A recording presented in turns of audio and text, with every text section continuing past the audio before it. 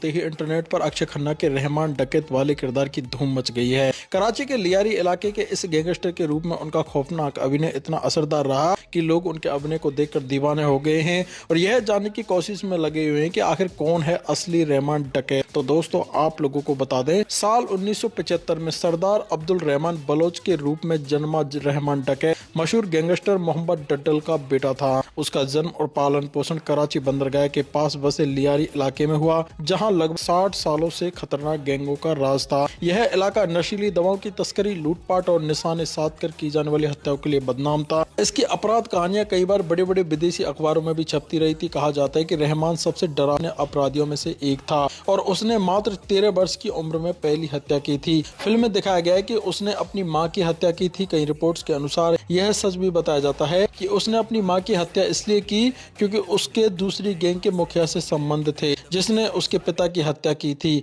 यह अपराध उसने 15 साल की उम्र में किया था। पिता की मौत के बाद रहमान गैंग का सरगना बन गया और लगातार हत्याएं करता रहा, डर फैलाता रहा और नशीले पदार्थों के अवैध कारोबार को चलाता रहा। उसने अरशद पप्पू जैसे कुख्यात अपराधियों से भी दुश्मनी निभाई थी।